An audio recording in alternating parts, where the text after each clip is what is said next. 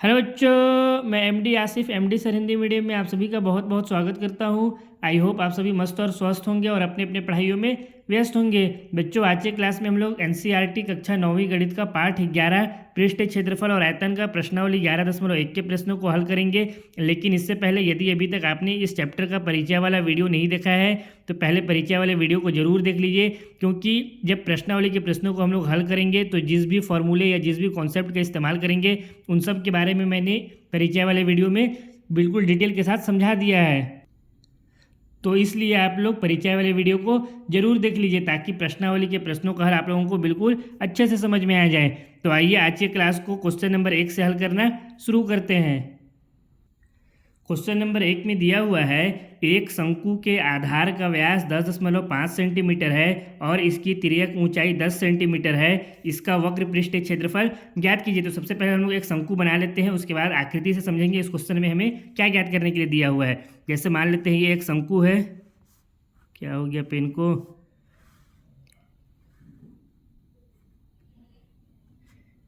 ये एक शंकु हो गया। अब इस शंकु में क्या कह रहा है, शंकु के आधार का व्यास 10.5 सेंटीमीटर है। आधार का व्यास यानी इस शंकु में जो वृत्त बनता है ना उसका व्यास के बारे में बात कर रहा है। तो इसका व्यास कौन सा हो जाएगा, यहाँ से लेकर के यहाँ तक का जो पूरा भाग है ये क्या हो गया, इसका व्यास हो गया। ये कितना दिया हुआ है, 10.5 सेंटीमीटर। और क्या कह रहा है, और इसकी तिर्यक ऊंचाई 10 सेंटीमीटर है। तिर्यक ऊंचाई क्या होता है, किसी भी शंकु में जो उसमें त्रिभुज बनता है उस त्रिभुज के किनारे वाले जो दोनों भुजा रहते हैं उनको क्या कहते हैं, तिर्यक ऊंचाई कहते हैं। आप लोगों को मैं परिचय वाले वीडियो में बता चुका हूँ। तो यहाँ पे कौन सा हो जाएगा तिर्यक ऊंचाई, ये वाला भुजा और ये वाला भुजा दोनों क्या हो जाएगा, तिर्यक ऊंचाई। ये कितना दिया हुआ है, 10 सेंटीमीटर। और तिर्यक ऊंचाई को किससे प्रदर्शित करते हैं, तिर्यक ऊंचाई को प्रदर्शित करते हैं एल से। तो ये हो गया एल बराबर 10 सेंटीमीटर। और क्वेश्चन में हमसे क्या कह रहा है, इसका वक्र पृष्ठ क्षेत्रफल ज्ञात कीजिए। वक्र पृष्ठ मतलब शंकु का जो घुमा हुआ भाग रहता है, घुमावदार भाग, उसी को क्या कहते हैं, वक्र पृष्ठ। तो यहाँ पे हमको क्या ज्ञात करना है, इस शंकु का ये जो वक्र पृष्ठ होता है, शंकु में घुमा हुआ भाग क्या होता है, यही वाला होता है। परिचय वाले वीडियो में आप लोगों को मैं बिल्कुल डिटेल से बता चुका हूँ। तो आप लोग अगर परिचय वाला वीडियो नहीं देखे तो पहले परिचय वाले वीडियो को जरूर देख लीजिए। तो इस भाग का हमको क्षेत्रफल ज्ञात करना है। सबसे पहले तो जो हमको दिया हुआ है क्वेश्चन में उसको लिख लेते हैं। दिया है शंकु के आधार का व्यास को किससे प्रदर्शित करते हैं, डी से। तो ये हो गया डी बराबर कितना दिया हुआ है, 10.5 सेंटीमीटर। तो शंकु का त्रिज्या कितना हो जाएगा, त्रिज्या क्या होता है, हमेशा व्यास का आधा होता है। तो हम लोग लिख सकते हैं, इसलिए शंकु के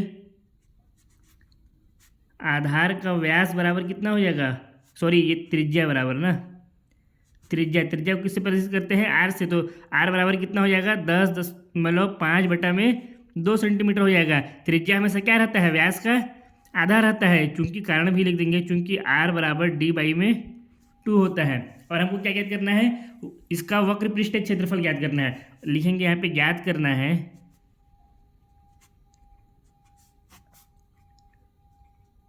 शंकु का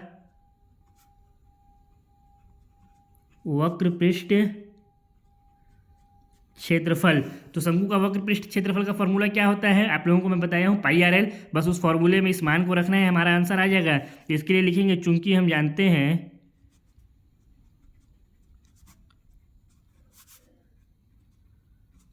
शंकु का वक्र पृष्ठ क्षेत्रफल बराबर πRL होता है। अब यहाँ पे पाई का वैल्यू कितना हो जाएगा, 22/7 हो जाएगा। तो यहाँ पे रखेंगे 22/7 गुणा में आर कितना आया है, हमारा व्यास दिया हुआ है 10.5। तो त्रिज्या हमारा कितना हो जाएगा, 10.5/2 यानी व्यास का आधा। तो आर की जगह पे हम लोग रख सकते हैं 10.5/2 गुणा में एल क्या होता है, तिर्यक ऊंचाई कितना दिया हुआ है हमको, 10 सेंटीमीटर। तो इसके जगह पे हो गया 10। अब यहाँ से क्या कर सकते हैं, इस 2 से इस 22 को काट देंगे, कितना आ जाएगा, ये 11 आ जाएगा। और इस 7 से इस 10.5 को भी काट देंगे तो कितना होगा, 7 एकम 7, 3 बचा, जो उधर गया तो दशमलव लगा, 7×5 = 35, 1.5 आया। क्या बच कर के आया हमारे पास, 11 गुणा में 1 ये हो गया 5 गुणा में 10। और हर में तो कुछ नहीं है, ये भी कट गया, ये भी कट गया। अब इसको हल करेंगे तो कितना हो जाएगा, 1.5 का 10 से गुणा करेंगे, ये तो हो गया 11, इसका गुणा करेंगे तो ये हो गया 15, 15 × 11 करेंगे तो कितना हो जाएगा, 165। तो ये हो गया 165। और ये हम लोग क्या ज्ञात किए हैं, वक्र पृष्ठ क्षेत्रफल। और इसका जो मात्रक था वो क्या दिया हुआ था हमको सेंटीमीटर, तो ये क्या हो जाएगा 165 सेंटीमीटर का स्क्वायर, क्योंकि क्षेत्रफल हमेशा किस में रहता है, स्क्वायर में रहता है। यही हो गया इस क्वेश्चन का आंसर। अब क्वेश्चन नंबर 2 को हल करते हैं।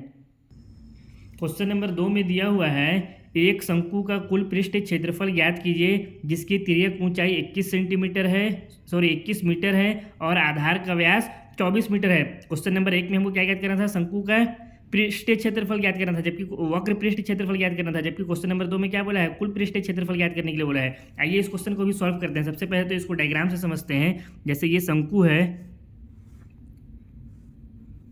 ये शंकु हो गया। शंकु में हमको क्या क्या दिया है, इसका तिर्यक ऊंचाई दिया हुआ है 21 सेंटीमीटर, यहाँ एल बराबर हमको दिया हुआ है 21 मीटर ना, सेंटीमीटर नहीं, ठीक है। और इसके आधार का व्यास 24 मीटर दिया हुआ है। शंकु का आधार का व्यास मतलब जो शंकु का वृत्त रहता है, इसका व्यास कितना दिया हुआ है, इसका व्यास दिया हुआ है 24 मीटर। तो हमको ज्ञात क्या करना है, शंकु का कुल पृष्ठ क्षेत्रफल ज्ञात करना है। कुल पृष्ठ क्षेत्रफल का फॉर्मूला आप लोगों को मैं बता चुका हूँ क्या होता है। तो आइए इस क्वेश्चन को भी हल करते हैं। सबसे पहले तो जो दिया है उसको लिखेंगे, दिया है शंकु का तिर्यक ऊंचाई, शंकु का तिर्यक ऊंचाई यानी एल, एल कितना दिया हुआ है हमको 21 मीटर, तो ये हो गया 21 मीटर। और क्या दिया हुआ है, आधार का व्यास, तो यहाँ पे लिखेंगे शंकु के आधार का व्यास, व्यास को किससे प्रदर्शित करते हैं, डी से। तो डी बराबर कितना दिया है 24 मीटर, आधार 24 मीटर है तो इसका त्रिज्या कितना हो जाएगा, इसका आधा हो जाएगा यानी 12 मीटर हो जाएगा। तो हम लोग लिख सकते हैं इसलिए शंकु के आधार का त्रिज्या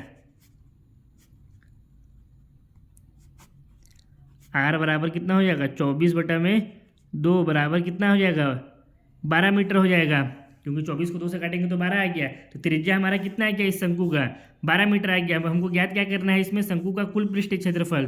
तो लिखेंगे ज्ञात करना है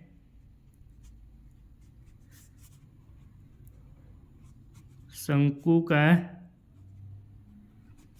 कुल पृष्ठीय क्षेत्रफल। शंकु का कुल पृष्ठीय क्षेत्रफल का फॉर्मूला क्या होता है, पाई आर ब्रैकेट में एल प्लस आर। ये परिचय वाले वीडियो में आप लोगों को मैं बता चुका हूँ। तो ये हो गया शंकु के कुल पृष्ठीय क्षेत्रफल का फॉर्मूला। इस फॉर्मूले में हम लोग पूरा जो वैल्यू दिया हुआ है उस वैल्यू को रखेंगे तो हमारा क्या मिल जाएगा, कुल पृष्ठीय क्षेत्रफल मिल जाएगा। तो यहाँ से पाई का वैल्यू कितना हो जाता है 22/7, तो ये हो गया 22/7 गुणा आर, आर त्रिज्या कितना है हमारा 12 सेंटीमीटर, तो ये हो गया 12।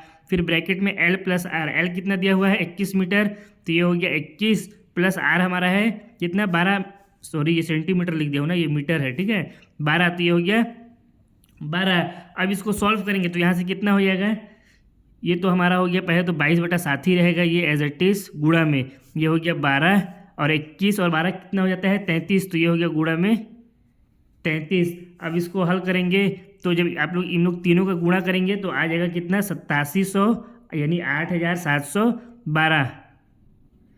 जब 22 गुणा 12 गुणा 33 करेंगे तो आ जाएगा 8712। इसके नीचे कितना दिया हुआ है 7 दिया हुआ है, इसको भाग दे देंगे तो कितना हो जाएगा 8712 को 7 से भाग देंगे तो आ जाएगा 1244.57। तो यही क्या हो जाएगा शंकु के कुल पृष्ठ का क्षेत्रफल। ये हमको किस में दिया हुआ था मीटर में, तो ये हो जाएगा मीटर का स्क्वायर, क्योंकि क्षेत्रफल हमेशा किस में रहता है स्क्वायर में रहता है। यही हो गया इस क्वेश्चन का आंसर। अब क्वेश्चन नंबर 3 को हल करते हैं। क्वेश्चन नंबर 3 में दिया हुआ है एक शंकु का वक्र पृष्ठीय क्षेत्रफल 308 सेंटीमीटर स्क्वायर है और इसकी तिर्यक ऊंचाई 14 सेंटीमीटर है। ज्ञात कीजिए, पहले भाग में बोल रहा है आधार की त्रिज्या, दूसरे भाग में शंकु का कुल पृष्ठीय क्षेत्रफल। इस क्वेश्चन को समझिए, पहले हम लोग पहले वाले भाग को हल करते हैं ना। इसमें हमको क्या कह रहा है, जैसे एक यहाँ पे मान लेते हैं ये शंकु है, थोड़ा सा ये तिरछा हो गया चलेगा कोई बात नहीं है, ये शंकु है। तो इस शंकु में हमसे क्या कह रहा है कि इसका जो वक्र पृष्ठ का क्षेत्रफल वो दिया है 308 सेंटीमीटर का स्क्वायर, यानी वक्र पृष्ठ कौन सा भाग, ये वाला भाग, इसका क्षेत्रफल कितना दिया हुआ है 308 सेंटीमीटर का स्क्वायर। और क्या दिया हुआ है, इसकी तिर्यक ऊंचाई 14 सेंटीमीटर। तिर्यक ऊंचाई यानी इसमें जो त्रिभुज बनता है उसका जो भुजा रहता है वो किनारे वाला, ये भुजा और ये भुजा, तो ये कितना दिया हुआ है हमको, ये दिया हुआ है 14 सेंटीमीटर। तिर्यक ऊंचाई को एल से प्रदर्शित करते हैं तो एल बराबर हो गया 14 सेंटीमीटर। और पहले भाग में हमको क्या ज्ञात करना है, आधार की त्रिज्या, यानी यहाँ पे जो वृत्त बना है इस वृत्त का त्रिज्या ज्ञात करना है, केंद्र से परिधि के बीच की दूरी, ये वाला भाग हमको ज्ञात करना है आर बराबर कितना है। आइए इस क्वेश्चन को सॉल्व करते हैं। कैसे सॉल्व होगा, जो दिया हुआ है पहले उसको लिखते हैं। दिया है शंकु का वक्र पृष्ठीय क्षेत्रफल, शंकु का वक्र पृष्ठ क्षेत्रफल बराबर कितना है 308 सेंटीमीटर का स्क्वायर। इसको मान लेते हैं समीकरण नंबर 1। और क्या दिया हुआ है, तिर्यक ऊंचाई 14 सेंटीमीटर, तिर्यक ऊंचाई L बराबर 14 सेंटीमीटर। ज्ञात क्या करना है हमको इस क्वेश्चन में, पहले वाले भाग में आधार की त्रिज्या यानी R का वैल्यू, आधार की त्रिज्या यानी R बराबर क्वेश्चन मार्क। अब देखिए शंकु के वक्र पृष्ठ का क्षेत्रफल हमको कितना दिया हुआ है 308 सेंटीमीटर का स्क्वायर। लेकिन इसका फॉर्मूला की यदि हम लोग बात करें तो इसका फॉर्मूला क्या होता है, पाई आर एल होता है। तो हम लोग लिखेंगे, क्योंकि हम जानते हैं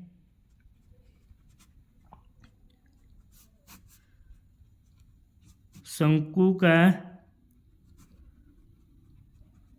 वक्र पृष्ठीय क्षेत्रफल बराबर कितना होता है, पाई आर एल होता है। ये फॉर्मूला होता है, परिचय वाले वीडियो में आप लोगों को बता दिया हूँ, जो कि कितना दिया हुआ है, इसका वैल्यू 308 सेंटीमीटर का स्क्वायर। तो इसको मान लेते हैं समीकरण नंबर 2। अब समीकरण 1 और समीकरण 2 से हम लोग पाई आर एल बराबर 308 सेंटीमीटर का स्क्वायर लिख सकते हैं। तो यहाँ पे लिखेंगे समीकरण 1 एंड 2 से क्या हो जाएगा, पाई आर एल बराबर 308 सेंटीमीटर। अब इसको सॉल्व करेंगे तो यहाँ से हमको क्या मिल जाएगा, आर का वैल्यू मिल जाएगा। पाई का वैल्यू कितना होता है 22/7, ये हो गया 22/7 गुणा में आर हमको ज्ञात करना है इंटू एल। एल का वैल्यू कितना दिया हुआ है 14 सेंटीमीटर, तो यहाँ पे हो गया 14 बराबर में 308। अब यहाँ से क्या हो जाएगा, इस 7 से इस 14 को काट देंगे, कितना हो जाएगा 2, तो ये हो गया 22 गुणा में 2, 22 गुणा कितना हो जाएगा 44, तो ये हो गया 44 आर बराबर में 308।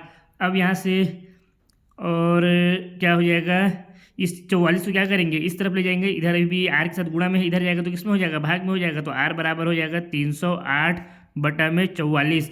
अब इसको भाग दे देंगे तो कितना आ जाएगा, इसको अगर 22 से काटें तो 22 दूना 44, इसको काटेंगे 22 से कम 22, 8 बचा और 22 चौको 88, ठीक 22 चौको 88, फिर 2 से काटेंगे इस 14 को तो ये आ जाएगा 7। तो आर का वैल्यू कितना आ गया, आर बराबर 7 सेंटीमीटर। ये हो गया क्वेश्चन नंबर 3 का पहले वाले भाग का आंसर। अब दूसरे वाले भाग को भी समझते हैं, इसमें क्या कह रहा है।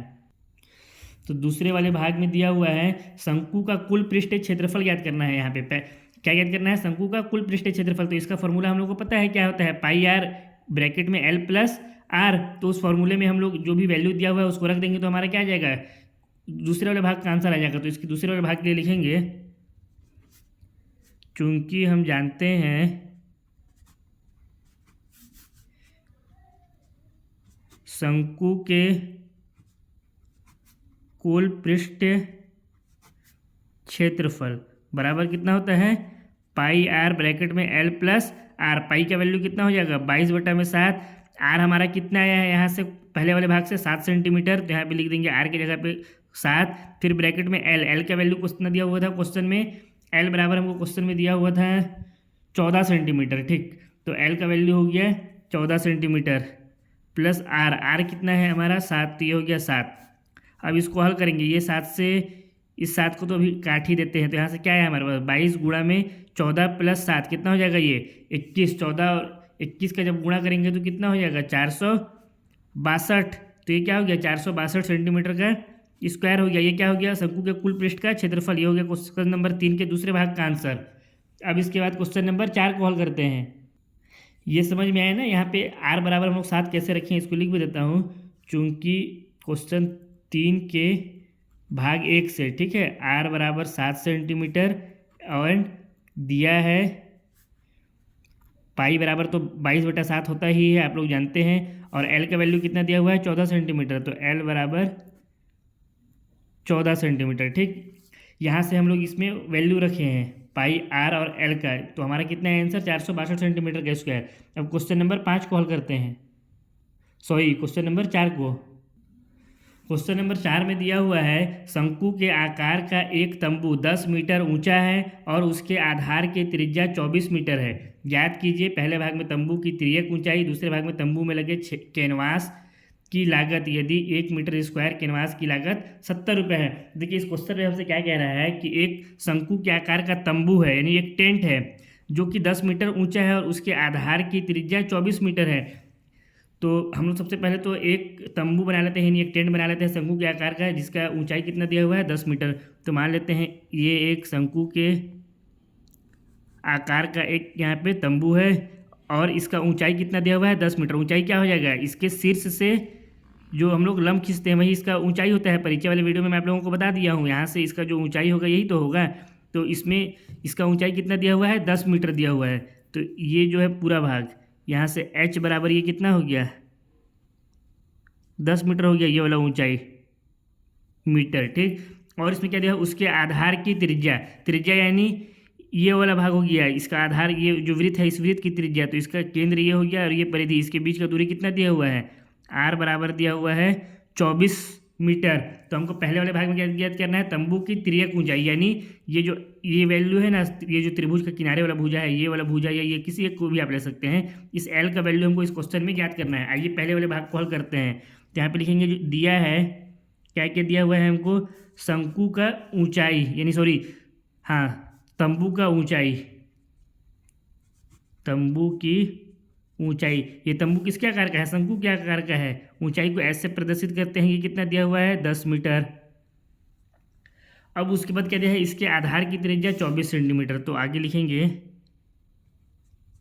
आधार की त्रिज्या यानी r बराबर दिया हुआ है 24 मीटर। तो ज्ञात क्या करना है, तंबू की तिर्यक ऊंचाई ज्ञात करना है, तंबू की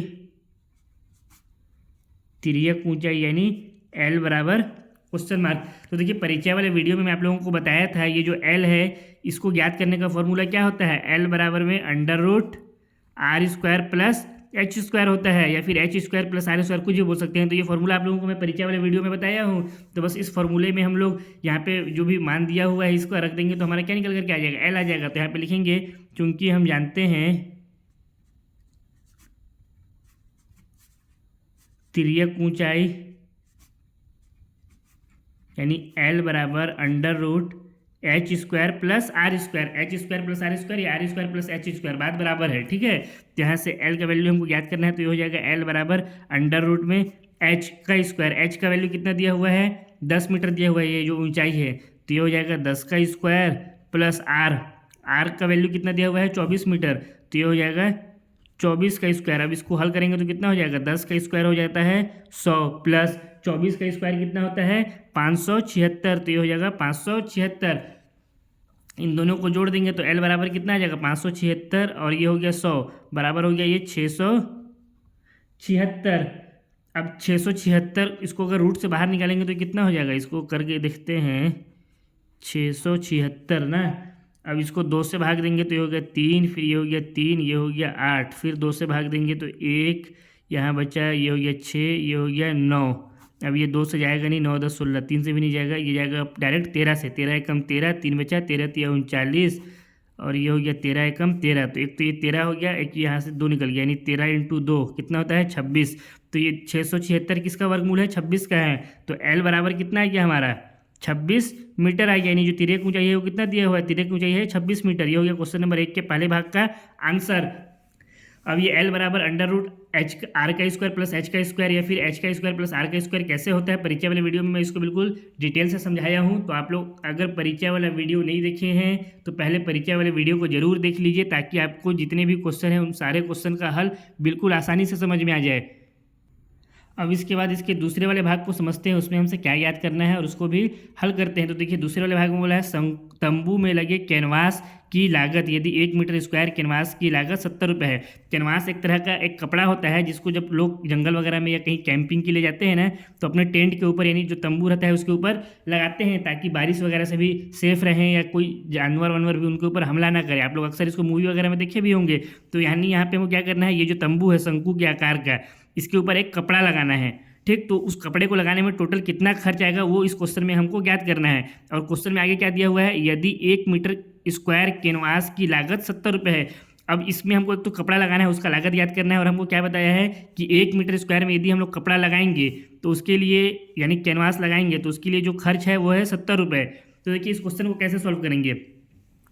अब हमको इसमें ये याद करना है कि कपड़ा अगर इसमें तंबू में हम लोग लगाएंगे तो टोटल कितना खर्च है। अगर हम लोग ये याद कर लें कि कपड़ा कितने एरिया में लगेगा यानी कितने क्षेत्रफल में लगेगा, तो हमको बहुत ही आसानी के साथ इस क्वेश्चन को हल कर सकते हैं। क्यों? क्योंकि अगर ये हमको क्षेत्रफल मिल जाएगा कि कितने क्षेत्रफल में हमको कैनवास को लगाना है, तो हम लोग क्या करेंगे, उस क्षेत्रफल का 70 से गुणा कर देंगे, वही हमारा आंसर आ जाएगा। क्योंकि 1 मीटर के क्षेत्रफल में जब हम लोग यहाँ पे दिया हुआ है मीटर स्क्वायर है यहाँ पे, ये क्या है, क्षेत्रफल है। तो 1 मीटर स्क्वायर यानी एक क्षेत्रफल में जब कैनवास लगा रहे हैं तो 70 रुपये आ रहा है। तो टोटल यदि क्षेत्रफल हमको मिल जाएगा कि कितने क्षेत्रफल में हम लोगों को कैनवास यानी कपड़ा को लगाना है, तो उसका यदि हम लोग 70 से गुणा कर देंगे तो वही हमारा आंसर हो जाएगा। मान लीजिए हमको कैनवास लगाना है 10 मीटर स्क्वायर में ना, यानी 10 मीटर स्क्वायर के क्षेत्रफल में, तो इसका गुणा हम लोग कर देंगे 70 से, तो आंसर कितना आ जाएगा, 700 रुपये टोटल खर्च आएगा हमारा। तो उसी तरह से हमको अगर एग्जैक्ट इसका क्षेत्रफल मिल गया है, उसका गुणा 70 में कर दिए, तो हमारा क्या आ जाएगा, इसमें जो कपड़ा लगाएंगे उसका लागत आ जाएगा। तो हमको इस क्वेश्चन में क्या याद करना है कि आखिर ये जो कैनवास है वो कितने क्षेत्रफल में लगेगा। ये अगर मिल गया तो हमारा जो सॉल्यूशन है बहुत ही आसानी के साथ मिल जाएगा।